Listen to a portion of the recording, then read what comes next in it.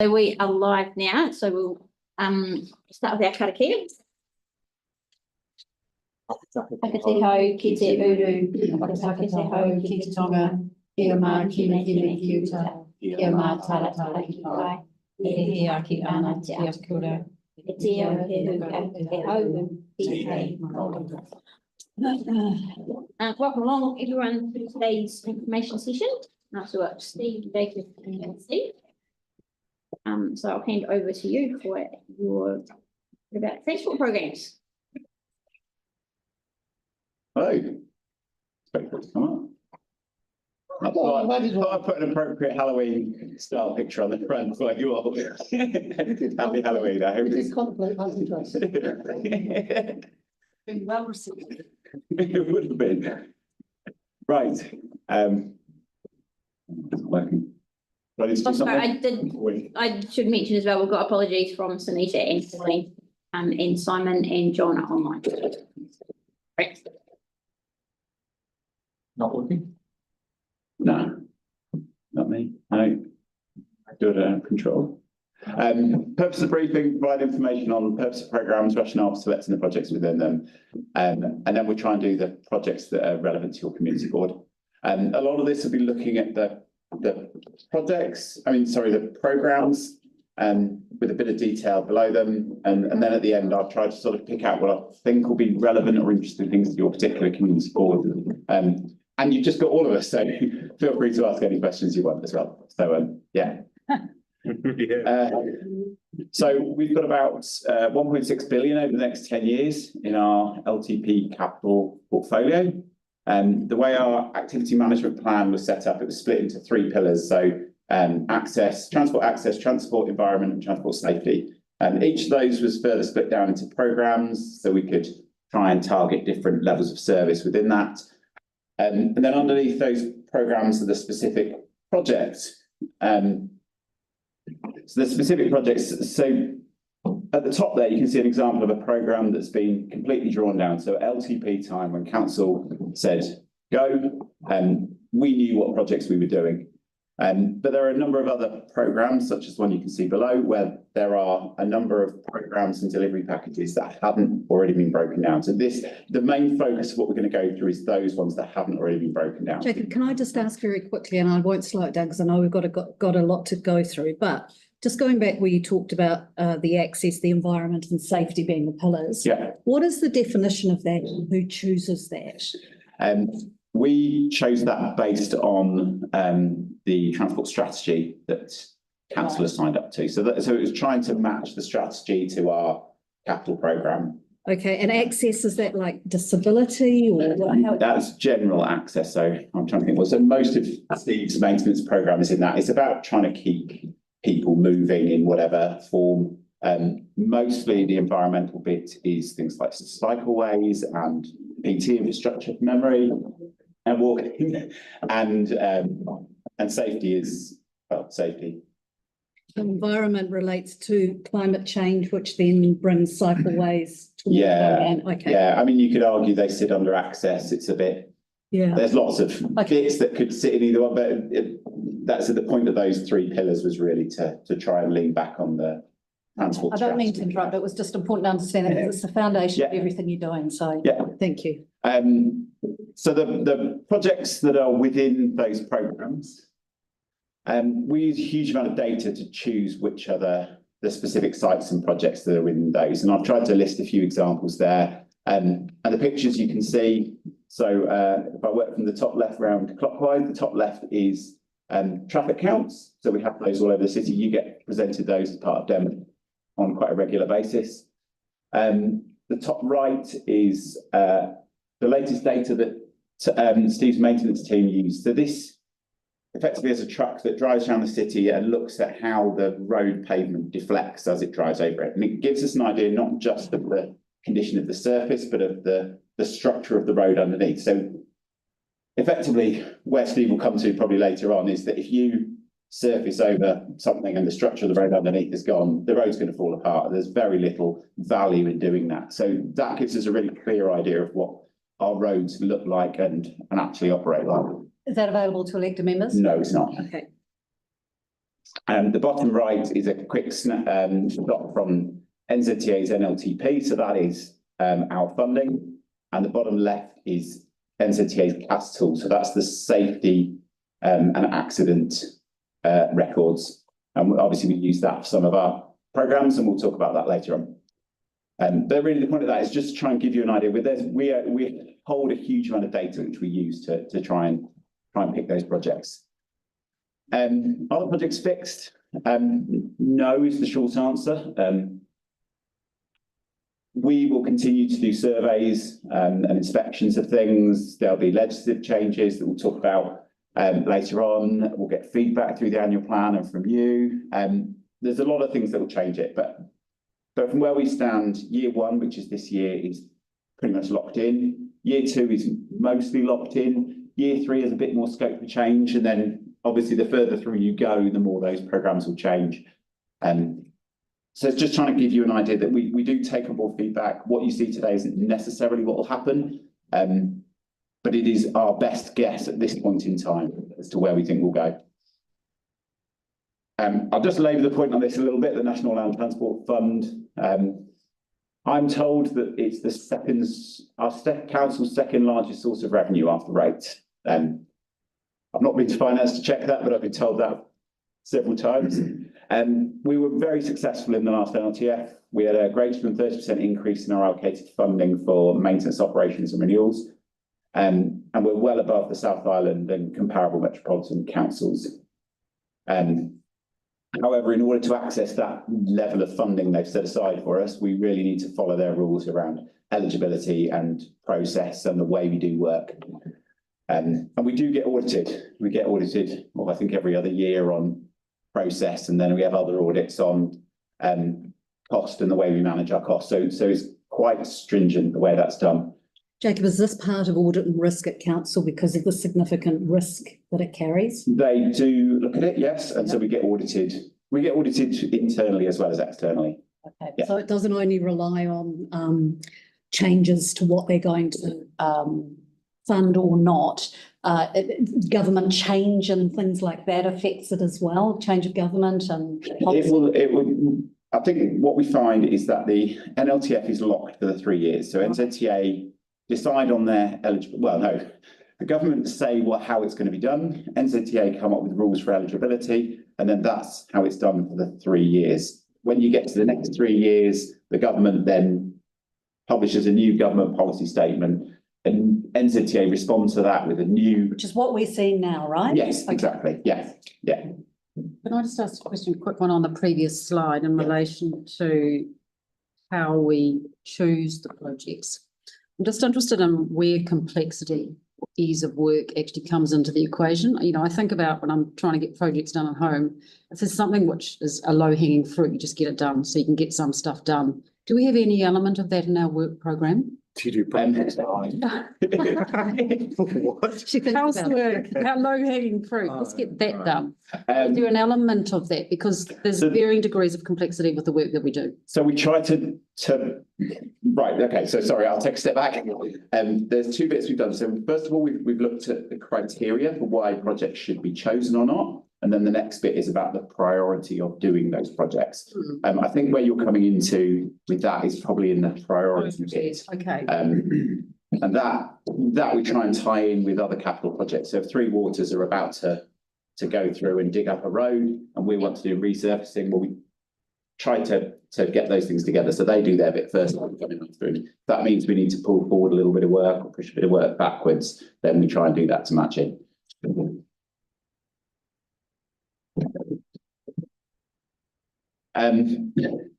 There are other sources of funding. Again, they all have strict scope, eligibility, process, reporting requirements. Craft, I think you've got a few craft projects in your area, haven't you? So you've seen a few of those. Shovel Ready is mostly the cycleways, and well, it is the cycleways. And Crown Resilience Programme is actually some funding we received from government at a higher rate to do to build new retaining walls. So again, it probably doesn't affect your board too much, but it's just interesting to know that we do have other sources of funding other than just the NLTF. Can I just ask a question too around the risk of the revenue and the things that you mentioned? That's really interesting because I haven't heard that before. How does the council work as from a staff perspective and potentially a governance perspective in locking in projects that overlap that time frame? So I'm thinking about some of the projects now where expense is being transferred to council if they can find it, and if they can't, it will be cancelled or postponed. How does it work with locking in that funding if you know that that funding could potentially change at that 3-year changeover? How do you fund or manage your? So once, program? so in the NLTF, Yeah. sorry, once NZTA have committed to funding something, they fund it through.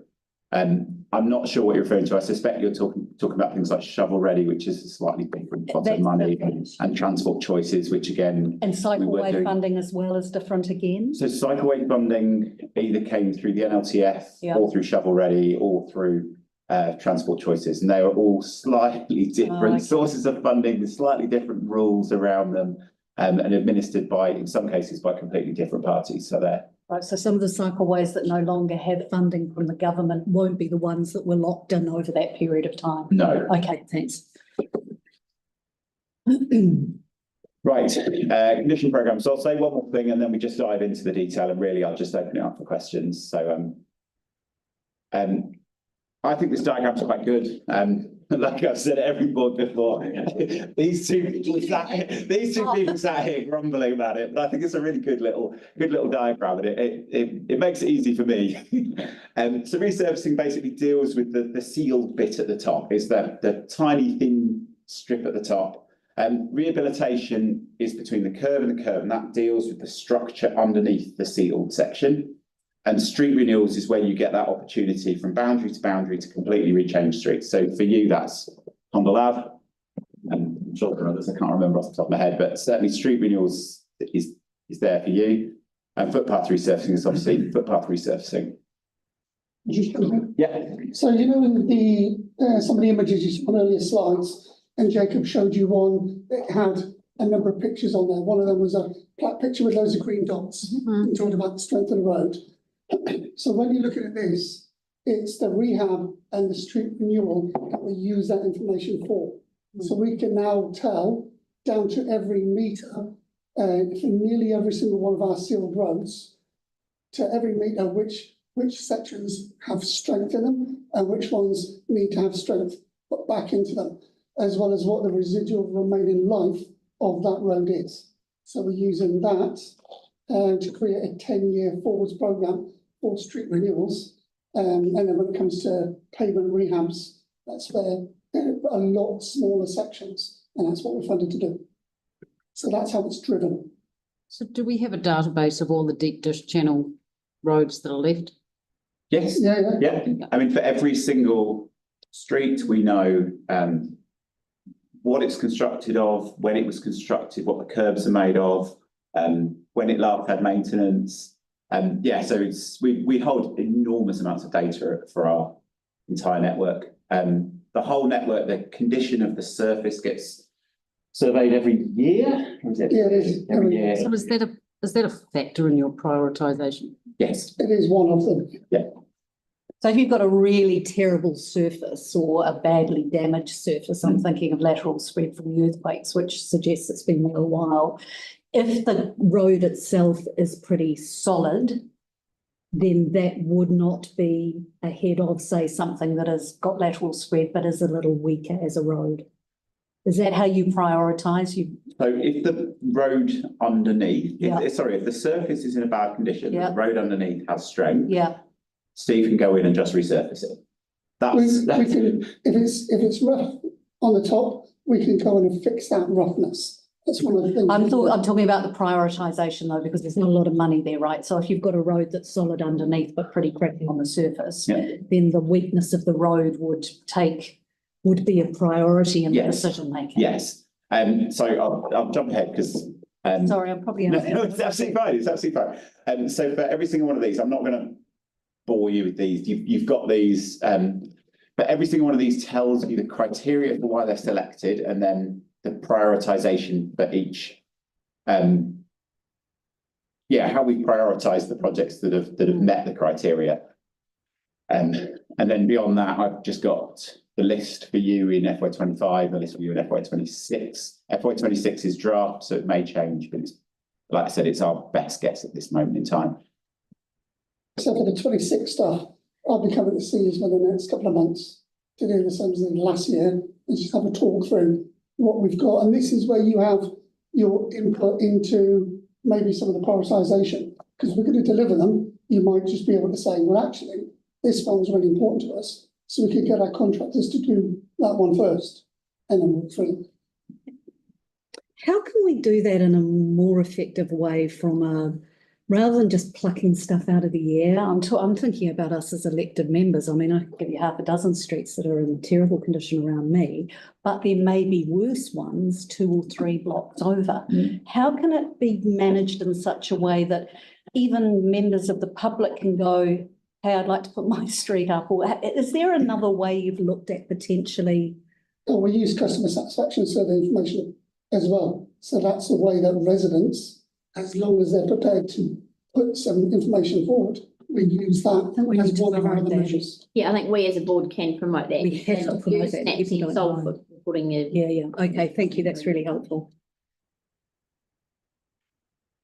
So yeah, so we've got the road surfacing renewals, we've got the road rehabilitation, which that's the entire programme across the city, so we haven't got a huge amount of funding for that. And then street renewals, so I've split into 3 categories. One is the already allocated, so some of them are already allocated, most of those are actually mostly complete. The ones below are the ones that met the criteria and have been prioritised, and the bottom category are ones that met the criteria, but because of funding, they weren't prioritised high enough to be done. So, And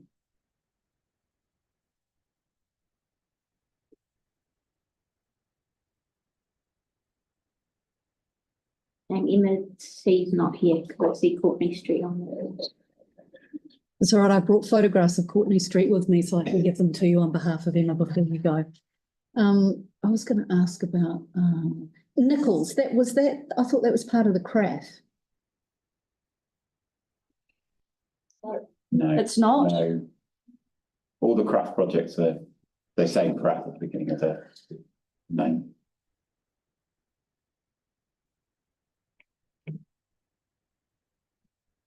See, I thought Slater to Stapleton's was too. Can you remember, Emma? You've got a. Those are the bits that were missed in the craft, right? So they're the bits that were left out. Okay, thanks. Are we in questions or? Is now a good time for questions? Yeah, definitely, and then I'll get into some more. Go ahead, Jack. Thank you. The first little nickel thing, the ward boundaries need to be updated in your spreadsheet. There's lots that are in sprayed and that are labelled as central from the old boundaries. Just a housekeeping job to do at some stage. What was that? Yeah. Well, I don't want anything that's central looking like I'm probably endorsement smell.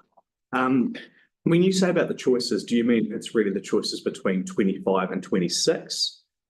And this is in the road resurfacing. When you say we have choices, I would have thought everything in 25 was pretty long. So everything in 25, for instance, was what we discussed last year. Yeah. As soon as we discussed it, we finalised it. So it went on the website, so that's locked in. And then we started pre-seal repairs last year and resurfacing this year. So 25 is on the website. So 26, if we have choices about 26, wouldn't we need 27 to know if we wanted to bring anything forward from 27 to 26? There is nothing. We don't have stuff in. Oh, so it's about kicking stuff out from 26 and bring something in. This is, we can tell you where our data is telling us we need to intercede and do something, and where we show you where they are. What we look to try and do as well is working from customer satisfaction surveys and all the other stuff.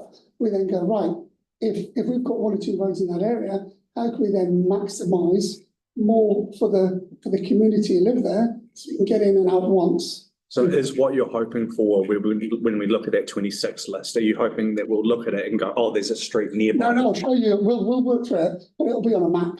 And it's basically anywhere where you've had hotspots and people to talk to you about, and we can talk through.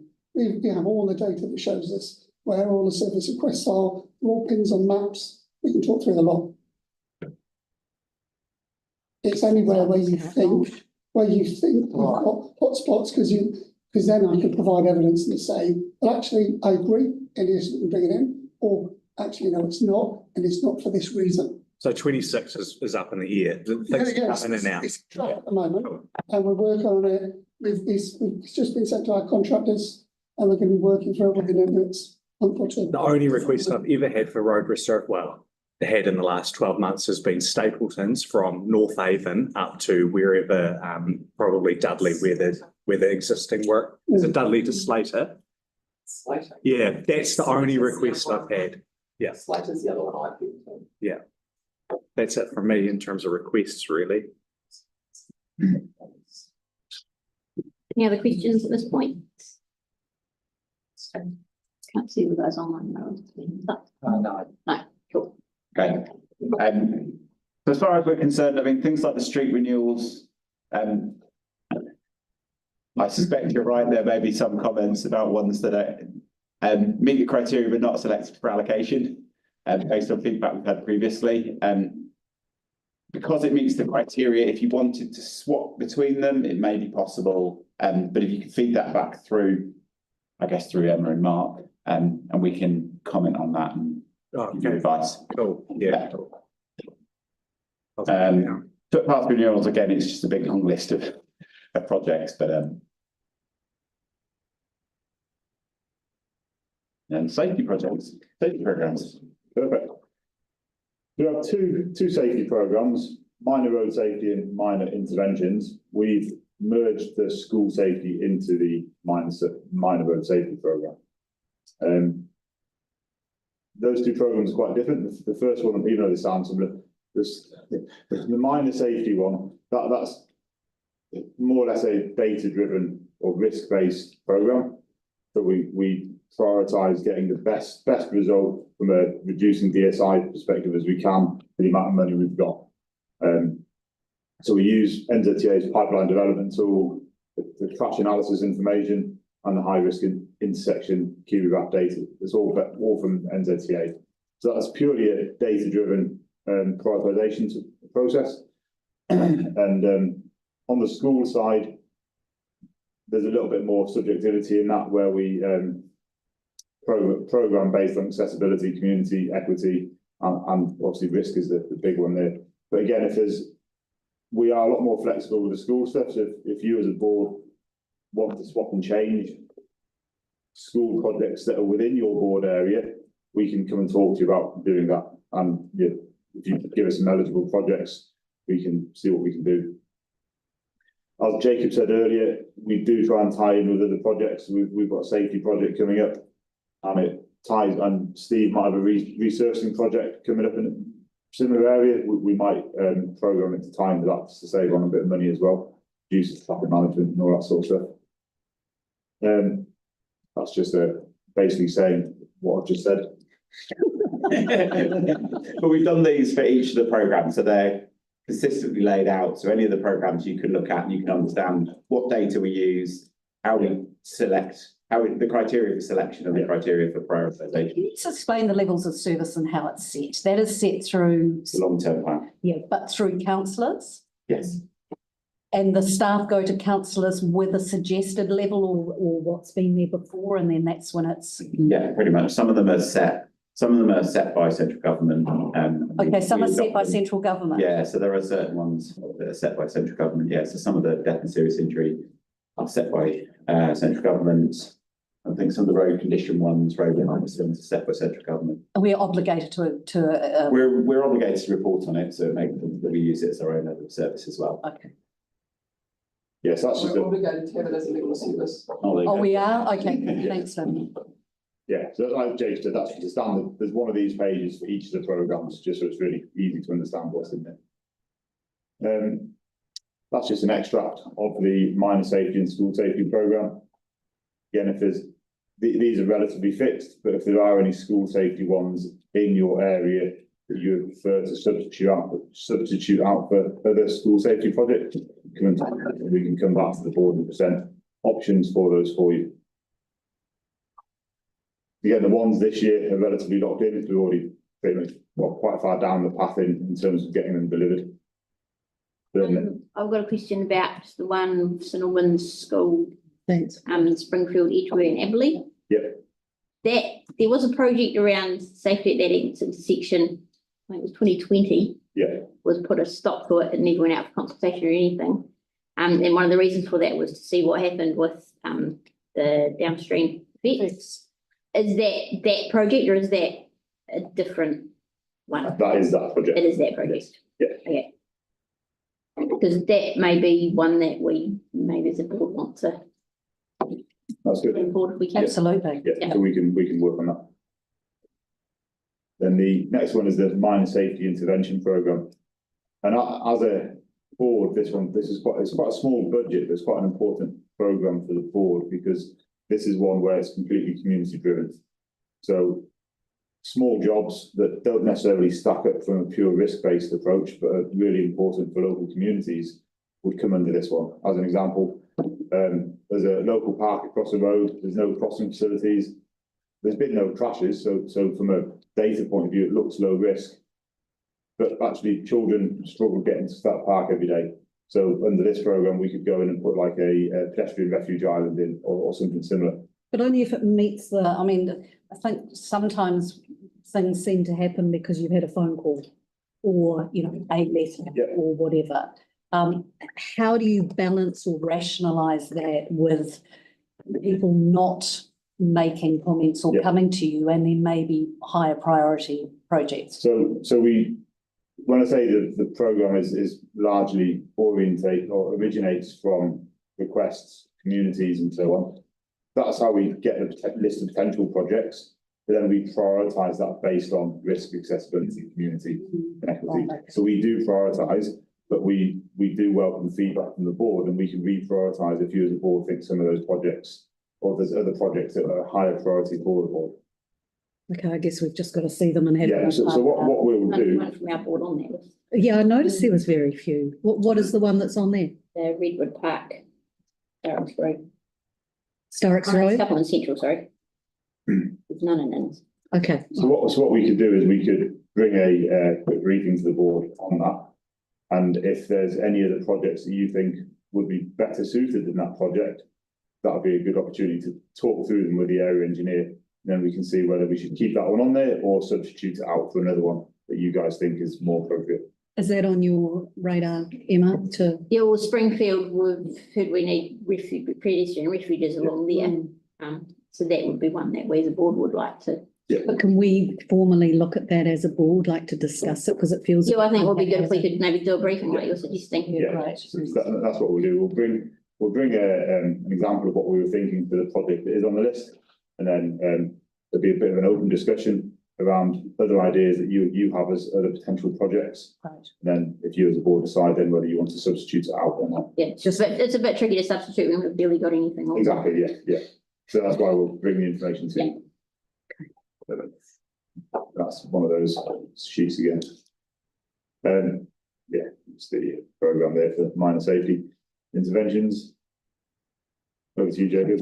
That's me. Okay, right. So in each of these, I've tried to sort of pick bits that would be of interest to particular boards. You haven't got many retaining walls, so I guess there's not that much point in me doing retaining walls with you. So I've tried to pick out a few things. So tram renewals I thought was quite interesting, mostly because normally it just sort of happens, bits need replacing, they get done. The big issue we found is that the substation is very old and it's very hard to get parts, and effectively if it goes, it'll One of a kind. it'll go. And so we're actively looking at how we replace the power of the substation for that. That's actually quite a difficult job. At the moment, it's in the basement of the council building, and it needs to be taken out of there. And it'll involve putting effectively a container-sized thing somewhere in the central city. So it's going to be a big, probably fairly ugly structure somewhere in quite a conspicuous location. So there's a bit of work that we're going to have to do around how we deal with that and what's appropriate. Why does it have to move? But the risk, we've got a risk at the moment is that it's a really old piece of kit. It's one of a kind, maintaining it is really difficult. And because of where it's located underneath the council building, if there's ever a fault overnight, it's actually quite difficult getting maintenance people in there down to it. Because of the voltage of the equipment. Yeah. None of us can go down and have a look at it, you know, it's got Right. specialist Yeah. people. Whereas if it is located on a section, a side of the road somewhere, on a vacant lot, it'd be much easier to maintain. We've also got an issue where there's an oversupply of voltage at one end of the network and an under at the other. So there's. They just get fast at one. They start going down the bush. Yeah. But there is a problem with running certain numbers of trams on the network at certain times, and the CBD is getting a lot busier, which is fantastic. There's the trams, you know, their business is going well as well with cruise ships coming in. And they would actually like to run more trams, whereas at the moment they're quite limited to what they can run because of the power supply issue. So do we have sufficient funding on budget to deal with this? Yes. And we're confident with our, At the moment, we're at quite early stages of Forecast, this. yeah. But based on the feedback we're getting from some specialists, we think we're in the right ballpark, Yeah. but yeah, there's still work to be done.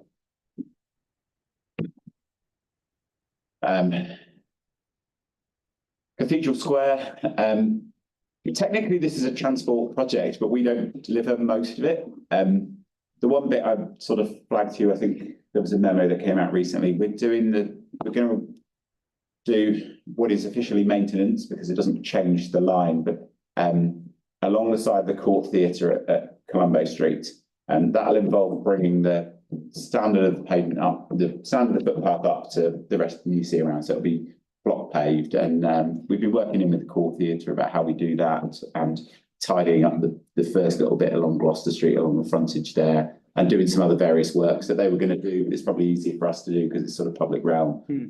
So there's a bit that we're working on that, and that will be complete before the Court Theatre That's what opens. happened with the Isaac Theatre Royal, exactly what happened with them, because I was on the trust board then, was that council managed the front stuff of it because instead of them, for the reasons you've just said. Yeah. So it makes perfect sense. Yeah, so we've taken some of their budget to complete that, and Yeah. otherwise you'll end up with these weird joints where they finished and we've started. You want it all to look like one nice, consistent piece, so yeah. given the significance of the square to the operation of the city, is it appropriate that it sits in these budget lines? I mean, it's got metro significance, should it?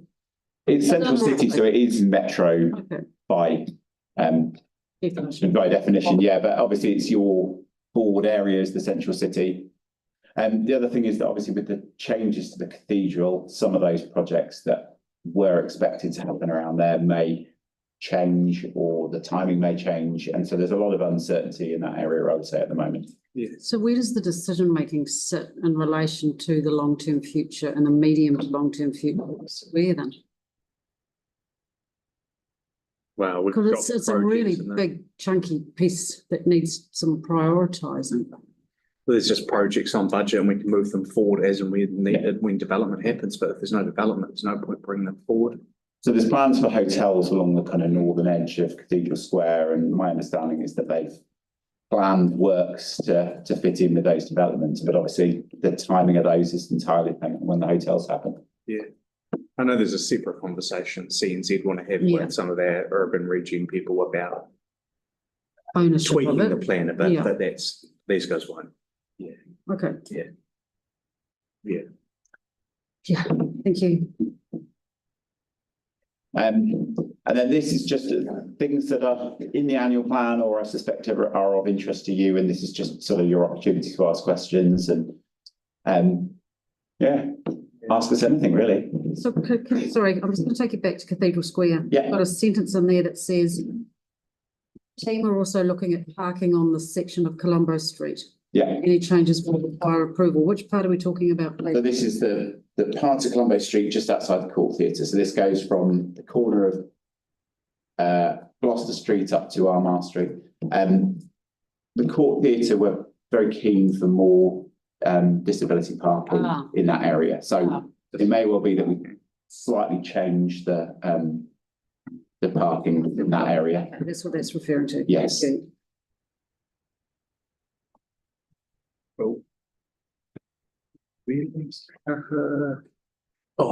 On to Kaha, do we know what the temporary traffic management costs of not doing the third tranche of work would be? Per year. I'm just trying to take my 5.9 and my 1.9. Oh, Trying to work out. for events. Yeah. No, to be honest, that's probably a question you need to ask. I have. Venues and stuff. Venues after target. You probably, because ultimately the traffic management will be run by them, the event traffic management. True. I've sent it to OCA, but I'll suggest that they direct it to VO rather. Yeah, I mean, there is an event traffic management plan that they commissioned and we tried to work in. But yeah, that any changes would obviously affect, that's more an operational cost for them. Perfect, thank you. You've steered me in the right direction. I think they have agreed to cover the cost as well. They've acknowledged that they will cover the costs for. I know, but even if they cover it, it's still a cost, an unnecessary cost. I want to be able to take my $2 million and my 5.9 and then be able to work out. A long time ago, when it was the yes, no on the whole of Te Kaha, we very roughly reckon it was probably $250,000 a year, but I mean, having got to SP2, I suspect that's come down, but I have no idea by how much. And that said, it's not really a question for us. Cool. I've had a number of questions on the timing of the MCR Norwest Arc piece of work along the Matsons Ave. I can see that we've got the procuring a section for Brookside to Condell, work starting in January 25. The remaining sections are on, where are they in the timeline? I mean, the design is approved, so they'll follow after that. So 26.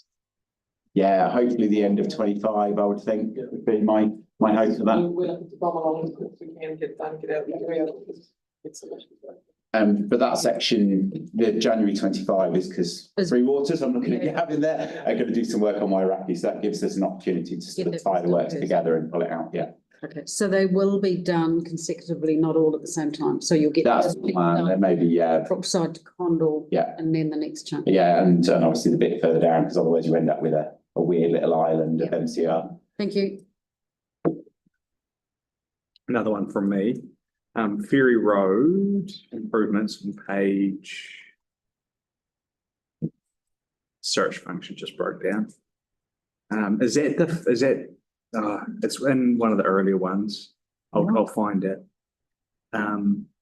Sorry, they're all screenshots. They're not. It's it works. It's page 16. Which is what the. I'm looking at page 16, which is 79789. That's actually a whole different project altogether. But I had a question on that too. The Ferry Aldwins Ensels Road, was part of that work part of the Te Aratai Cycleway? No, it was separate to it, but it was supposed to happen at the same time. And it was also supposed to tie in with some Three Waters works. When they went through, the condition of the road was far worse than they expected, and that's delayed the traffic signals renewals that were supposed to be done there. So it's trying to tie up all that stuff that was all supposed to be done at that time. Jake, there's another ferry road on page 26. How good pedestrian protection? No, it's the one you're referring to. I'm almost certain is that one there. Is it? Yeah, Ferry Aldwins Ensels intersection. No, that was the one I was referring to with that other question. That wasn't the first question. Okay, you're right. I'll find it and I'll come back. Okay. Emma, could I ask about a street? You might not be able to answer this because I know you've got a lot of streets in your head, but this is one of the ones in the inner area, and it says it's asphalt and it's Rutland Street. Start Street is St Albans. The finished street is Westminster. It's quoting 57 metres. Now, St Albans Street to Westminster along Rutland is around 5 metres. You know the area, Lynette. No, they're lengths. No, they're lengths. If it's that. It says lengths. So the St Albans to Westminster along Rutland is the way it's described, and it gives 57 metres as the length. So the RAM system that Dave's team use has every street broken down in sections. We can give you a plan with that shown on it. That's not difficult. I live there. No, but as in the description isn't necessarily what it is. The description is just to be helpful for understanding, but it may well be that it slightly extends beyond those intersections at each end. So if we can, like I said, if Dave can get you the plan of that and send it to you, then you can have a look at that. Yeah. And just additional to that, because I looked at that bit of road because I walk past it every day. I think what's increasingly sort of concerning for me, and I'm not finding a constructive way to sort it, is that, and I'll give you these pictures. this is the kind of condition of roads around where I live. So this is Gossett Street, Carrington Street and so forth. And when I look at the work that is to be done, it's nowhere near as bad as this. So this is the rationalisation that I'm having trouble with in the area, you know, with the work that's being done. Yeah. How is the best way to deal with that? I would say, can you feed it back through Emma and Mark, and we'll have a look at it and we'll give you the reasons why it's been prioritised. It may be for some reason it hasn't been inspected and so it's got missed. Yeah. There are definitely small sections of the network that for whatever reason we won't have been able to see. So it may just be that it needs to be inspected and then it'll go up the priority list. All right. But yeah, if you let us know. Yeah, Lynette, the one that, you know, the road that was, I think it was Hills Road, there was a little bit that was fixed because there was a dip in it and there was water collecting. Remember, I Yeah. sort of had a conversation with you? Again, there's inconsistencies on other parts of the area that have got exactly the same thing happening where people can't actually walk through them. And I can't again rationalise why work's being done in some areas, but that actually stops people being able to walk through. Yeah, I suppose the thing is though, is that, and our guys do the best they can in order to have all of that. Oh, no, I'm So not. we put it through as if you put it through and you I have, feed it through, then I it have. comes through, yeah. Yeah, I have, but it's been dismissed. So that's what I'm saying is that this is what I'm finding frustrating. So Yes. I'm not sure where to go about things because I was told the work that was done on Westminster ticked the safety box, which was kind of thanks for coming, that's the reason. So I'm left with nowhere to go. So I sort of find that a little frustrating. If you can help me find a constructive way to move it forward with a number of these issues, that would be great. Yeah. And I don't want to bother you We with don't do our it. best to move Yeah. it forward, but there might be times when we just say, look, it's never going to get to the last from our point of view. Yeah, that's I would cool. say that's what That's it- cool, we- but I Can I have a need to review? understand what. Yeah. Okay, thanks. Yeah, just some reasoning. Yeah. I've got a question about the Sawyer's Arms intersection, Which one? Sawyer's Arms Yeah. kits. I don't believe it in the long-term plan. It got dropped out and, Oh, that's normal, where it, yeah, the offset. yeah, No, it's not at the moment, no. No, but what we did was put funding on to start investigating. no, that was No, the we North Kit didn't. down That was there. North Kit. So no, that's something we'll be asking for in the annual plan. Yeah. But it's still a priority. There's also issues though of what we can do in the annual plan period. Yeah. And it may be that it comes up, it comes forward in the long term plan. That's on the boundary with the other community. It is, board. and we Yeah. push for it at the LTP. Yeah, Yeah, we do. we both did. Yeah. Which is the first time I've actually.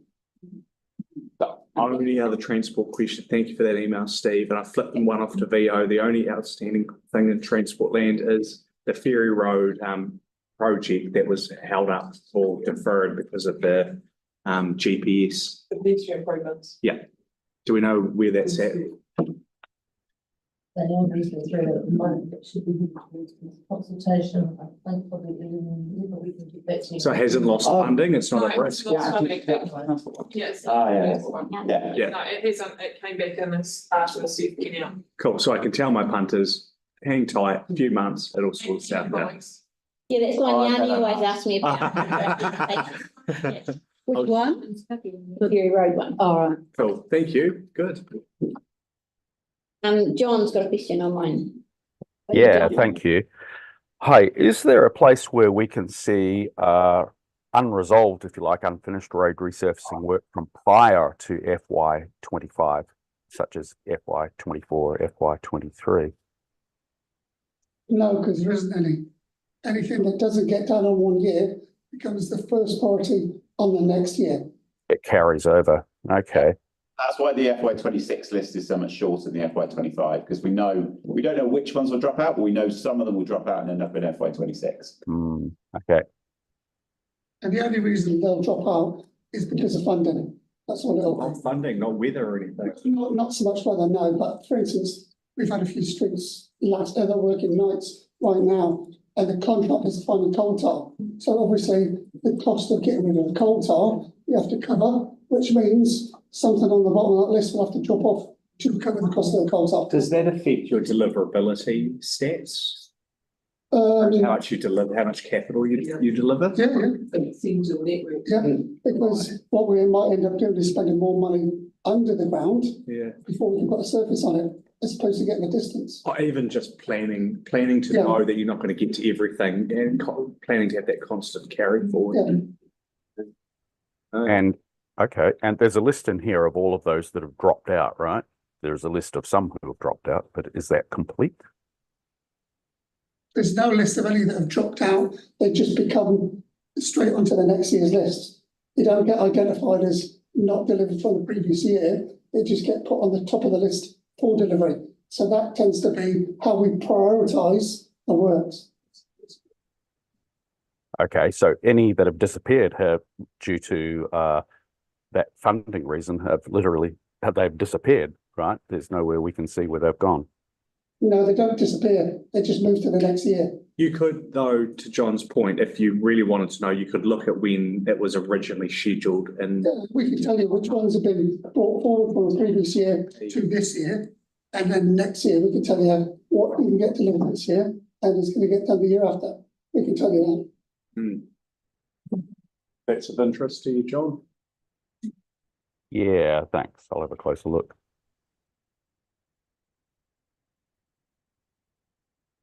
Any more questions? Very much. Thank you, thanks guys. Taking the really. Yeah. Oh, mess. Everything I need is. It's 56 metres from where? From Westminster Street to Northern Street. Thank you, everyone. Stephen, thank you. Bye, Jack. Where are you getting the St Albans Street measure though? The St Albans. Right. Oh. You're gonna make me go out there with a bloody tape, aren't you? Sorry, just measured it on Google Maps. Yeah, that is what. Is it doing it from the other side of the intersection? It must be. From where the church is, where Rutland Street Church is. Yeah. Yeah. Yes, that's from the intersection. Yeah. Okay, thanks for checking that. That's right. What an odd bit of right to be reviewing. Anyway, I'll have a look. Gavin, if you're happy to go next, then we might jump to you because Bridie's not here yet. We are running a bit ahead of time. Oh, that'll be the first transport company, really. Yeah. Comment. I was thinking I'd have to cut you guys off. Right, welcome along, Gavin. Thank you. So, my presentation is essentially based on what we presented to council probably about 3 weeks ago. So it covers the changes to the long-term plan that was proposed in the annual plan. I haven't listed every project that's going to be in the long-term plan because there's many, but certainly happy to take questions on any specific projects that you want to ask about. So again, proposed budget additions, I'll just run through these.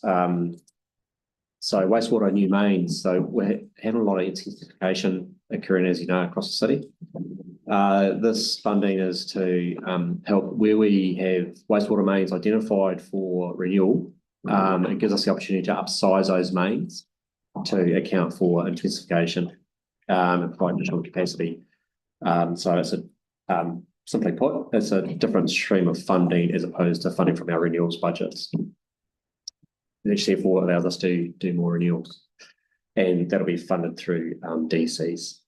Waipapa Road iron irrigation, so a specific project to reduce stormwater getting into our networks. Just needs some additional funding. That's a top up. CWTP additional polymer plant. So as you're aware, due to the Shropshire fire, we've got a temporary system set up at the plant, spending substantial amount of OPEX funding to deal with sludge. This polymer plant will help us to reduce those OPEX costs and provide a better operation of treatment down there. The Wainui wastewater treatment plant on Banks Peninsula, this is dealing with a historical issue where the treatment plant is on land that we do not own. So the funding there is to look at obviously options to purchase the land, or worst case scenario, we may have to move the plant.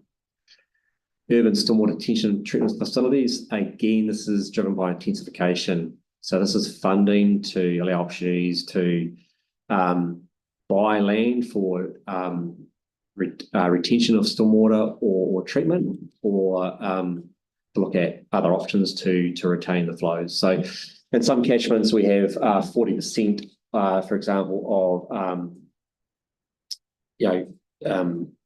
area that's covered through buildings. That's getting up to 70%. So the runoff will be increasing substantially.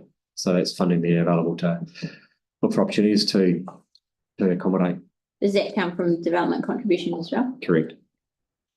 Lyttelton Harbour wastewater pump control. So we obviously just completed a large project over there. This is going through some existing plant to do some modifications to the controls that was not part of the original project. So the CWTP activated sludge, that funding there is so we had 115 million in the current LTP. This funding there is to top that up to bring it to the funding we require to do the activated sludge plant. Also in the annual plan, we're proposing a number of rephasing of projects. Now this rephasing is driven around where current projects currently sit, and we're looking to, we now know where we'll be spending the money. So it's just essentially moving the funding around to suit. So the biggest ones I'll call out there is the CWTP biogas storage project. We put a tender out probably about 4 months ago. It came back and it was substantially higher than what we had budget for. So we're just looking at rescoping that. So we've pushed the FY26 budget out because that'll take a bit of time to rescope. And we'll look to incorporate that work and to happen to be sequenced at a better time when activated sludge plants being constructed. ACRA reclaimed water treatment and reuse scheme, which brings some funding back to, as we've identified, we'll just spend an additional 5 million next year to what budget we have available. The next large one is the activated sludge plant. So the funding we had in the LTP was based on, also we made an assumption when the insurance claim would be resolved, but it took a bit longer. So we've identified we won't be able to spend all the budget next year, so we've pushed 16 million out over the following FY27-26. Can I just ask a question Sure. then on that CWTP? It's actually on the previous slide. So where you've got the 29, FY29, you've got that sum addition there. Is that new money or is that the money from the insurance? Insurance. Okay. Yeah. So that's when it lands. No, so obviously the council will get the insurance funding, but we've placed it out into FY29 based on That's when we use it. our spend, yeah. Yeah. And being in FY29, we intend to have it soon. So that's largely contingency. Ah. So we'll bring back, because we get measured on, in terms of capital delivery, we get measured on spend, which is not always a great measure of delivery. So obviously I get measured on spend. So my thing is to make sure there's only enough, it's a balance of making sure there's only enough budget. Now, We know that we can spend. if we have an issue on a project, then we can bring funds back from a future year to cover that issue. Or we have our forecasting is incorrect. So no one's forecasting is 100% correct. No. So it does ability, and it's also probably a bit of a factor there of smoothing. So not dumping too much into FY28, because across our whole capital program. So this year we have 410 projects. So every year we have projects fall over. Mm. So I'll a good case is this year I'm bringing water main renewal budget back. So I talked about the biogas project that we didn't award the tender. So that's we were going to spend 5 million this year on that.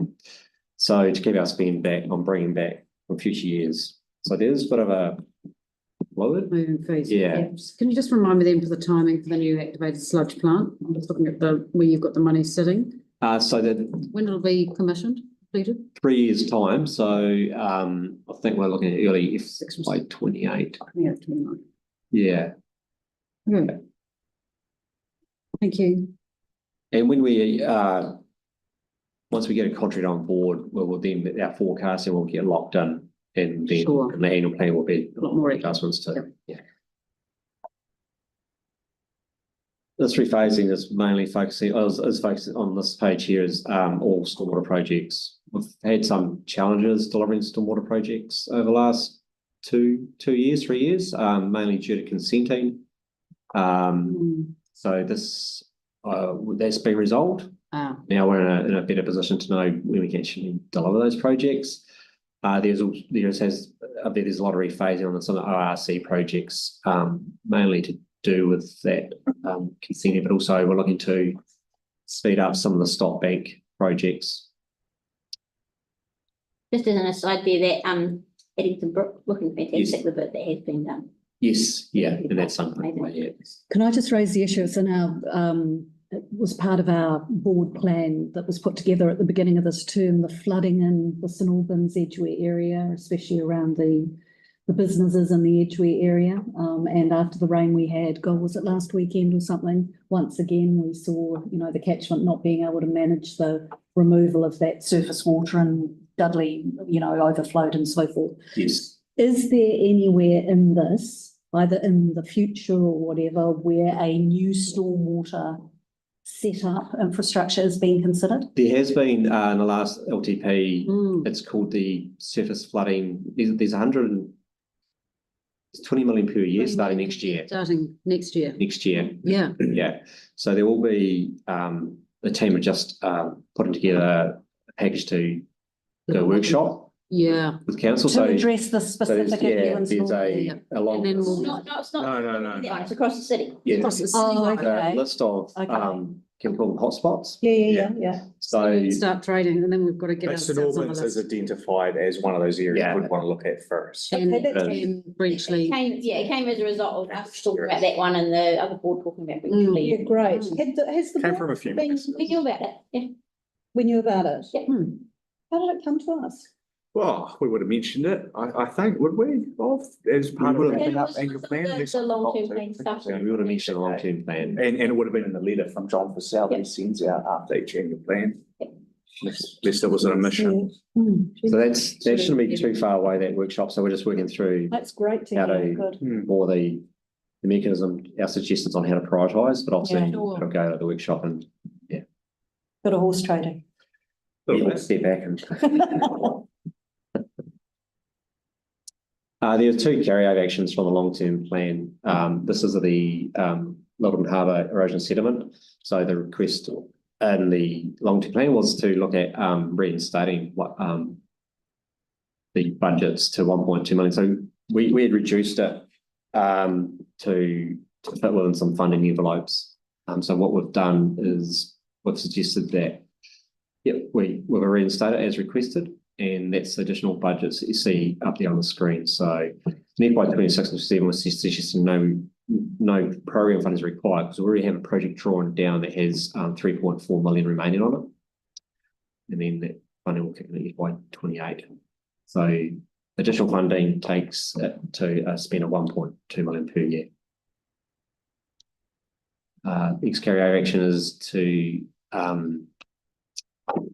increase the water mains and sub-mains renewals, and this is we do have a backlog of renewals in our plans to be undertaken, and although there's a lot of the renewals pushed out in the later years of the LTP, and so we're requested to consult on bringing that funding back. So what we've suggested is that the funding you see up there, which is for water mains, an extra 10 million and 15 millions in FY 26-27, and an extra million per year for the sub-mains, and then we'll, in the next LTP, we'll bring forward another plan to increase that budget going forward.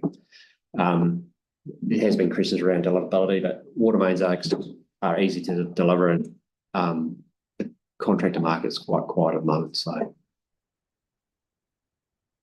capital, this is our current capital program that is in the LTP. The net change you see up there. So once we put all the changes in terms of the additional funding plus the rephasing, that's the impact to the bottom line that you see there by 26, by 34.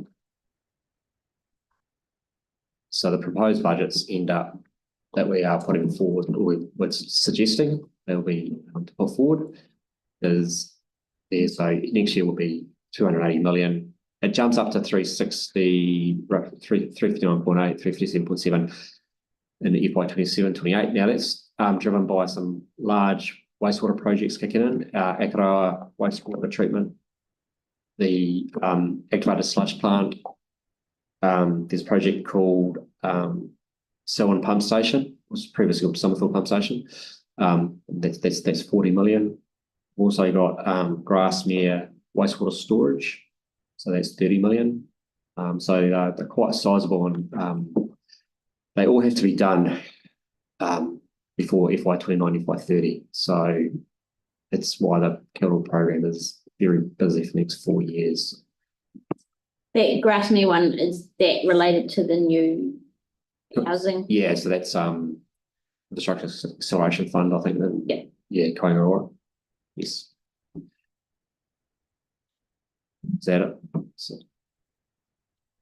yeah, so that's my presentation. So I haven't listed out specific projects that are already in the LTP, just the changes. The changes are, so mostly at high level in terms of programs funding. There's some specific changes on projects, but have any questions?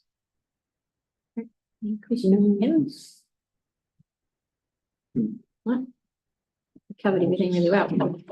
Helpful to know those numbers and see how it's all moving. Yeah, if there's any specific questions around any specific projects, it's just always available to provide information on those. So there is a lot happening around. So and just like here, we do have a wastewater renewal for Langdons Road. It's been designed. That's quite a substantial project. Is that the whole length of the road? No, it's not. I can tell you exactly. I know we're going the right way. So that's certainly upsizing. I think it's we had 200 mil going to 450. So it's based on condition, but also need to allow for growth.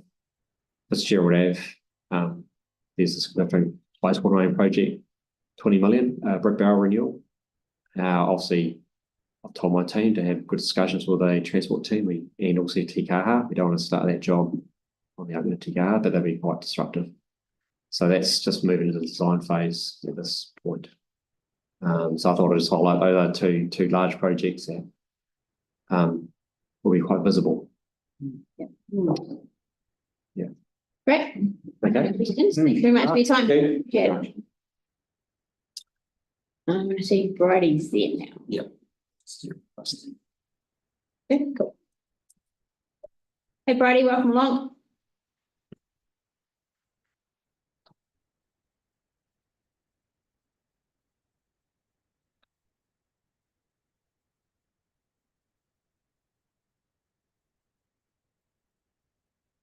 Hey there, Bridie.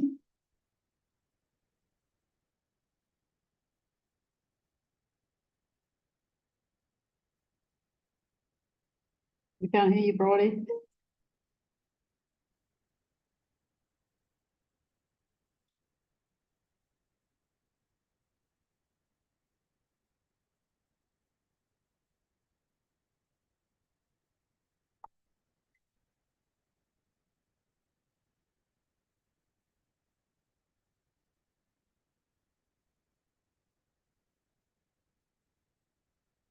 I'll see if I can.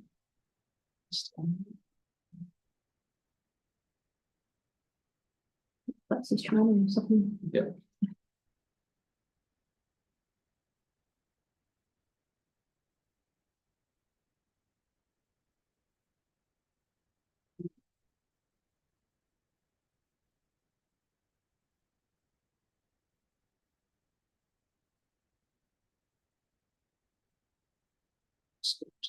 Spit from you.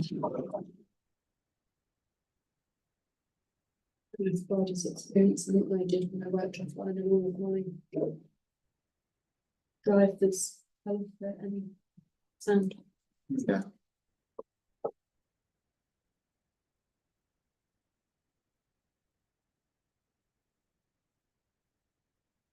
If this doesn't work, next briefing's a month away, is it? Yeah.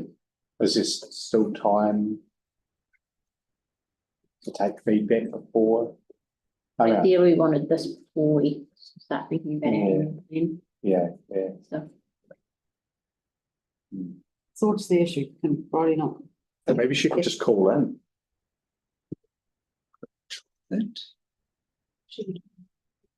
Yep, you tried changing microphones, Friday.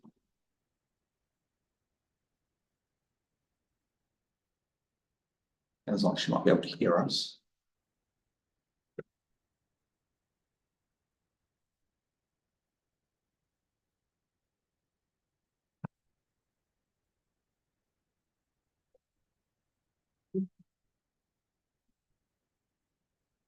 Chocolate for all my. oh yeah, passing around. Oh, yeah.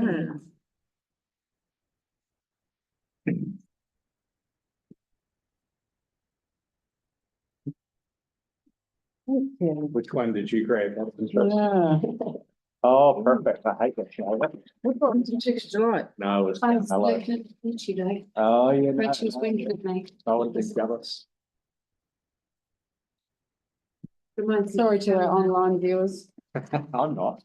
I mean, a strong reason to be. Actually, Karen. Jar. Oh, Wednesday's not gonna be enough. Which would you like to see? Right, not today. What? Right to the bottom of the. And I decided I didn't like what was there and went straight back to the top. Thank you. Thank you.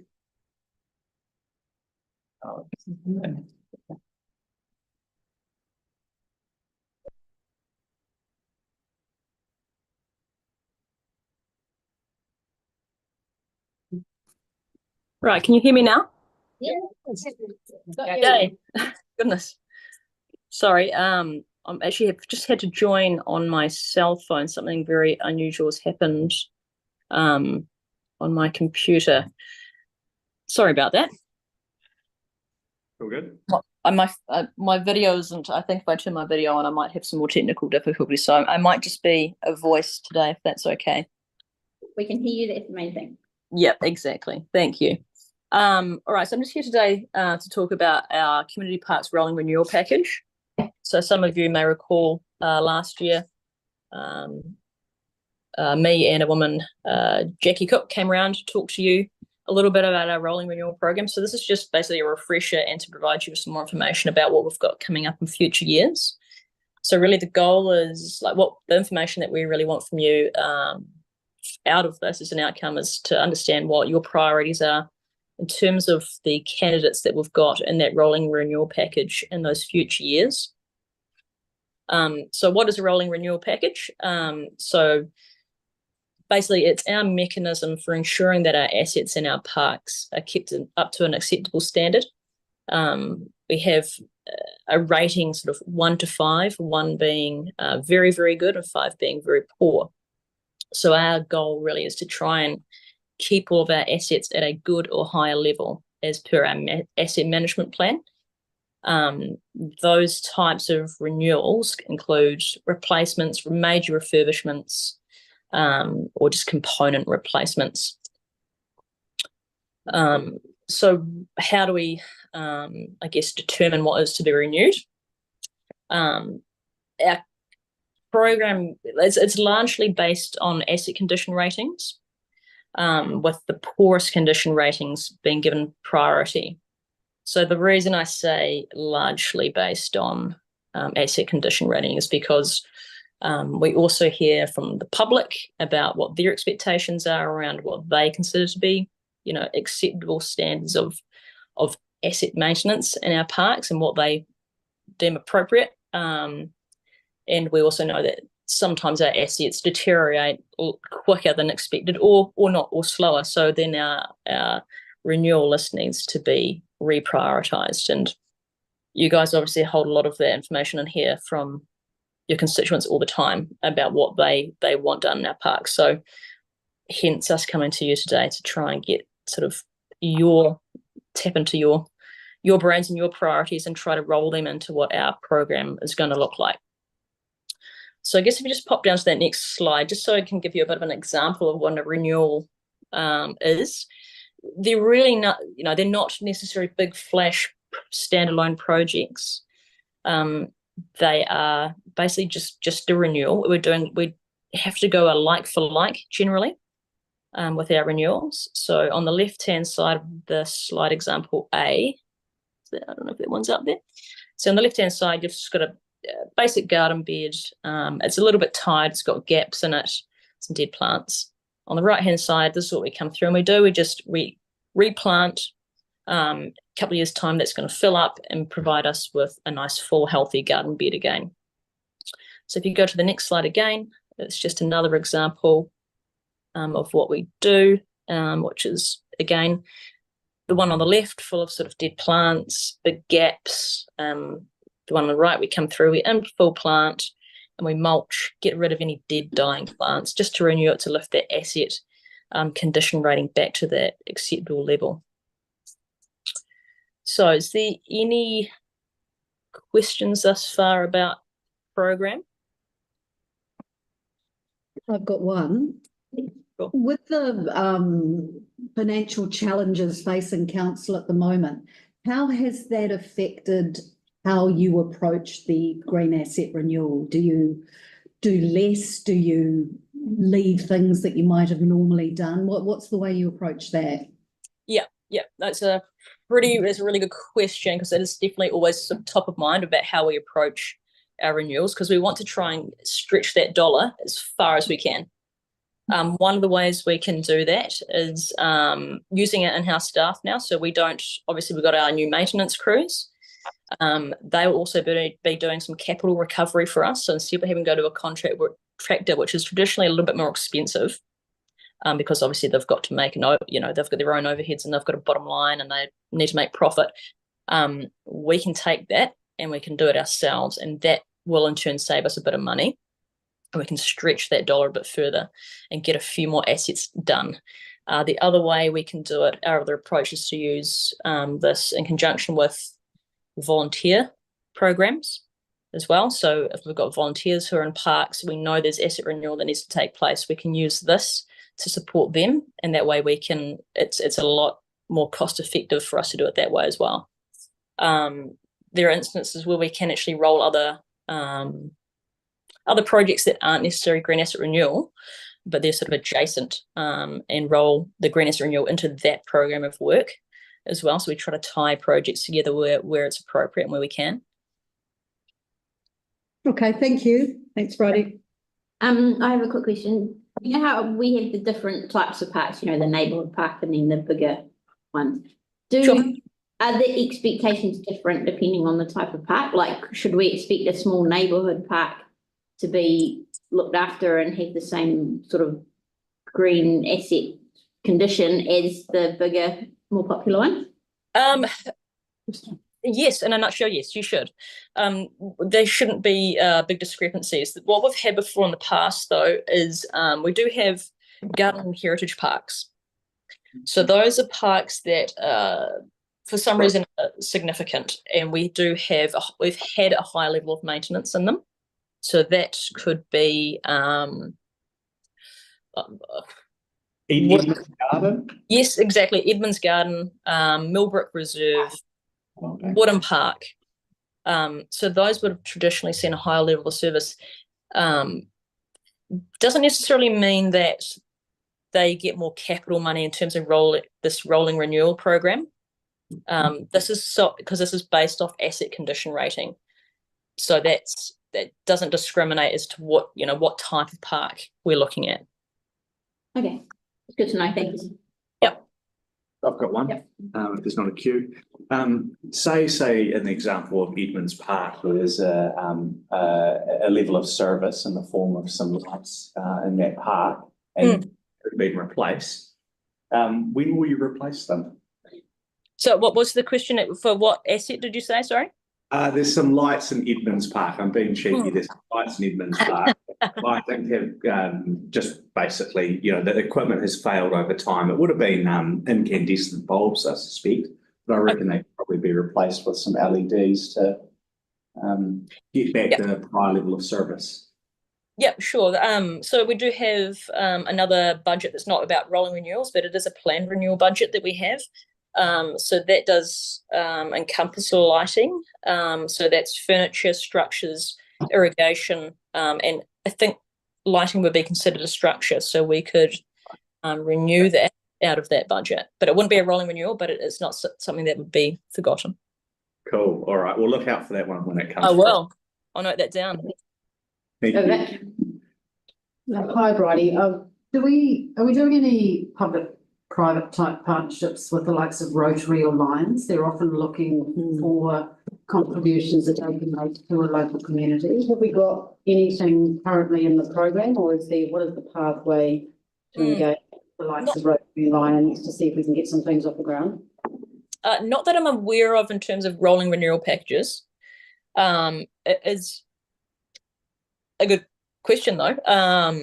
That is something we can look to do as well, considering the where we are all at financially and trying to cut back on our rates. So it's definitely something that we could look at and should probably look at. Yeah, I just wonder where that gets initiated from. Is it something that comes from us at community board level with engaging with some of the organisations in our area, or whether it's something that's coordinated more centrally? I'm just keen to understand what that pathway is. Yeah, well, who's responsible for it? We do have a partnerships and programs team within the parks unit. They're really responsible for initially engaging with those types of groups. Okay. Yeah, so it can be parks initiated. Oh, I'd be grateful if we could start having a look at that. Thanks. Yep. How's the tree in Edgeware with the lights on it? Is that a city council asset or is that a local one? Pass. Do you know the tree I'm talking about, right? No, I don't. No, that's good. You probably don't know about that tree. I'll have a chat to you offline about it. All right, that might be You're a on good a thing. bunch of questions that don't pertain to your presentation, so That's okay. You only get me every so often, so fire on. Exactly. Carry on with your next bit. All right, so if you could maybe pull up the agenda, Mark, and just into the spreadsheet that's attached into it. Really? Does that mean I can't have any more chocolates? No, you can, but you have to put your own rubbish in the Well, bin. the Emma's chocolates, you have to ask her. Go on, have another one. No, don't need them. No, it's too late now.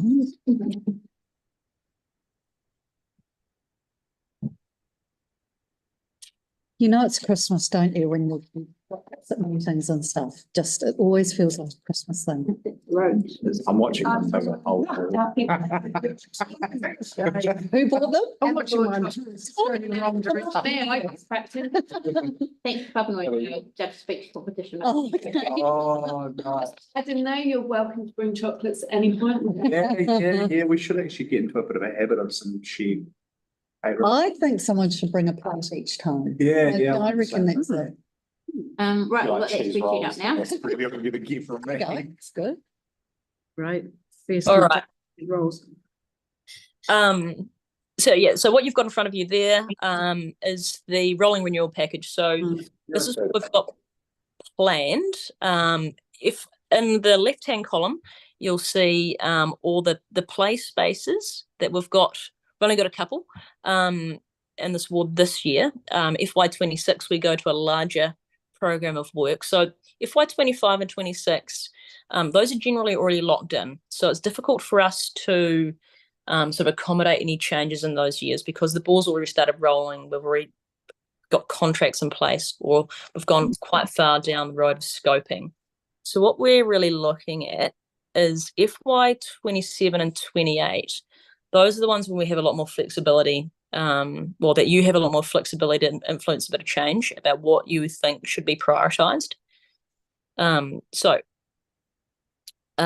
Those ones there, I think there was a few, it's pretty, compared to the rest of the city, is actually pretty on par. So really what I'm looking for is that, does that sit right with you guys? And I don't expect an answer at the moment. But if this could be digested, and I need to go around and get eyes on it. Yeah, and that's totally fine. And if you think, hey, this seems fine, that's cool. You don't have to give feedback. We can just run with this for now anyway, and that's absolutely fine. But unless there's something jumping out to you at the moment, we'll keep it as. Thing I did, it's kind of not really around the playground, but Fortune Reserve, I don't know if it would come to you, but we had a public forum come to us about fencing off part of that reserve and turning it into a dog park. Okay. So I wondered if maybe that could be looked at the same time if we've got contractors in there doing a playground. Yeah, the action has probably gone to a planner, Right. I would assume. And if it's, so we're about Fortune Playground is, so I'm just trying to look at this on my tiny little phone.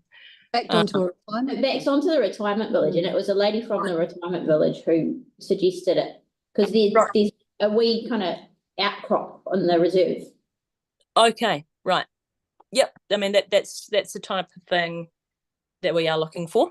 So that's great. Yep. If you could, any of these suggestions that you've got, if they can be put forward to Mark to collate all as one email, and then I can answer them all, that'd be great. But that's the type of thing that we're looking for.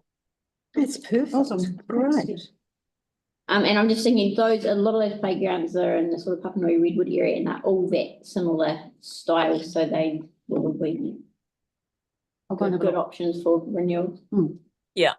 And I don't know, well, it was I was at Coastal Bird earlier in the week, or maybe late last week, and actually Councillor Johansson actually raised a good point, is that over time our demographics across the city do change, and these are like for like, a lot of these changes that we do, renewals that we do. But if you're aware that something's changed and what we've got in those playgrounds doesn't actually meet the community's needs, and say there's it's traditionally been full of families and now there's actually not a lot of young families, maybe a different type of equipment would be more appropriate use in those parks. That kind of information is really useful for us as well. Can I ask Bridie something on that? Bridie, Ellie here. I would have hoped or thought that, especially with the latest census information that's out or should be out soon, giving really good demographic information. Is it not just standard when you guys are looking at doing a replacement or renewal or whatever? I know like for like, but man, you don't let opportunities go by if there is a way to get extra funding from somewhere, and there is an increase in the number of families or children. Do you not just normally look at that as part of your consideration when you're doing this work? Whenever they do new parks, they use that information to inform what types of equipment they put in. Where we get a little bit, I guess, hamstrung is when we come to do these replacements, because when we come through and replace these assets, because they're part of a rolling renewal package where we don't come for sign off from the board, we have to replace like for like. But that's not to say that we should always do that. So using that census information is actually like a pretty legit thing to be doing, and that is something we will look to be doing as part of this rolling renewal stuff moving forward. But traditionally, because it's been a like for like replacement, we haven't. It's only when we've done new things, but that's okay, not. So what can we do as a board or through Emma? What can we do then to help inform that and get that happening? Because that seems like potentially a lost opportunity. Yeah, I guess it's communicating the outcome you want for that community. So that will then push us to go, hey, look, we need to look at the demographic again here. So that's where our local knowledge has to come through and help writing. Yeah, but what I'm saying is, wouldn't it be easier if it was just done as part of the process, especially with the information now? It would just be another consideration, another lens that's put over the renewal. I mean, it's just another tool. We're not a part of this. This is part of your internal, just, getting on with it. Yeah. No, that's, I pick up what you're saying. It is something that I'll go away and I'll talk to our guys about. Awesome. Thank you. That sounds good. And just additionally too, I'm thinking of, there's a huge number of Indian families or Indian families with very young children that have moved into the St Albans area there. And so, you know, the kind of replacements for there, but also in those families, they're multi-generational. So there are a lot of elderly with them as well. So maybe you need to think about that, but that would come across in the demographics, yeah. So when do we get that census information? Well, it's being drip fed now. I reckon you could get it if you went to statistics. March 25. Is my bet. 2 years after it.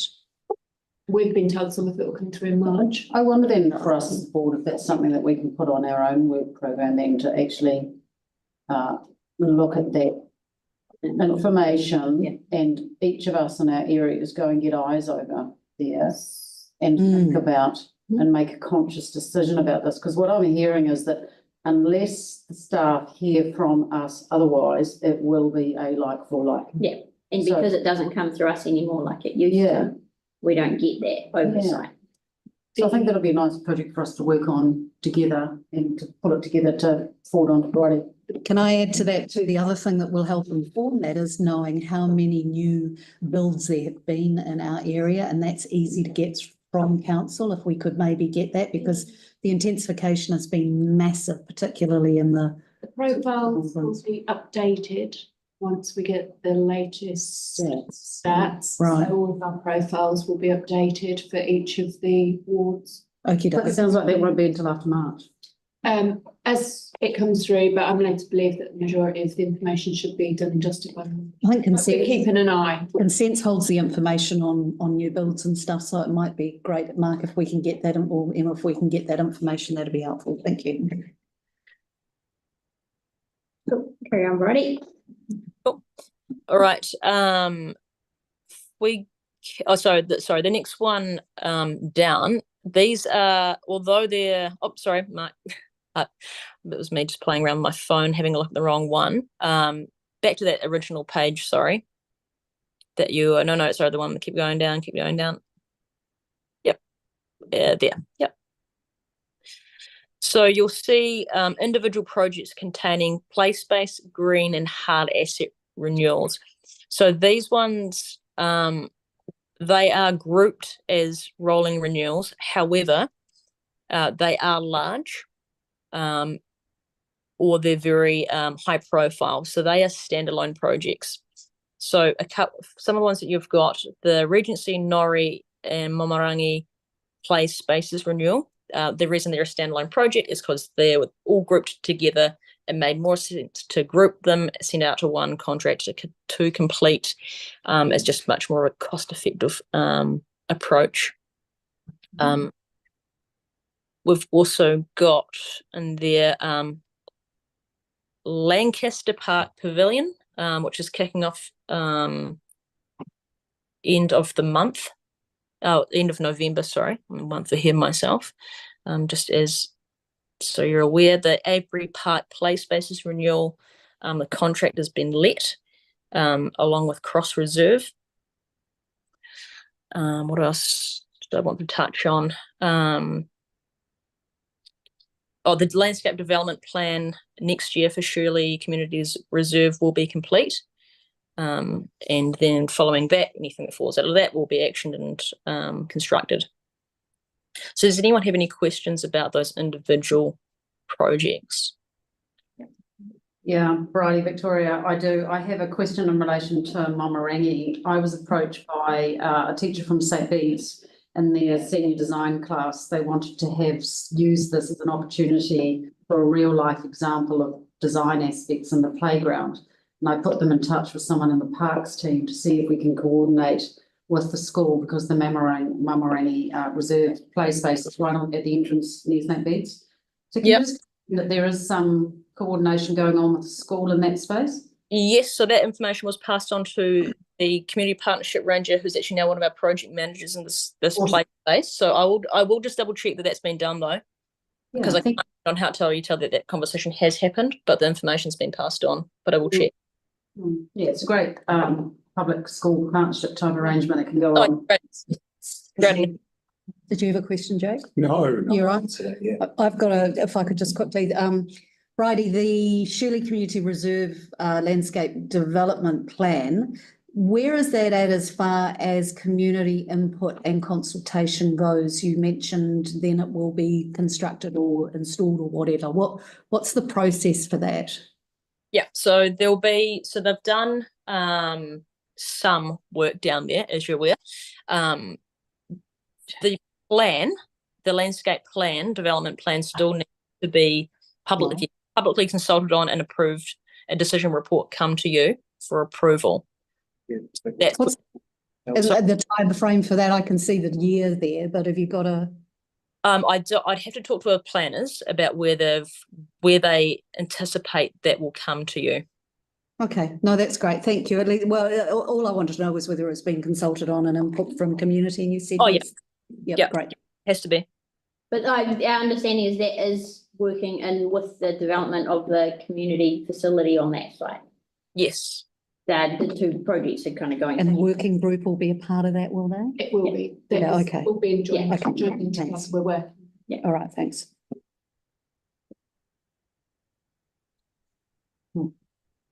Thanks, Bridie.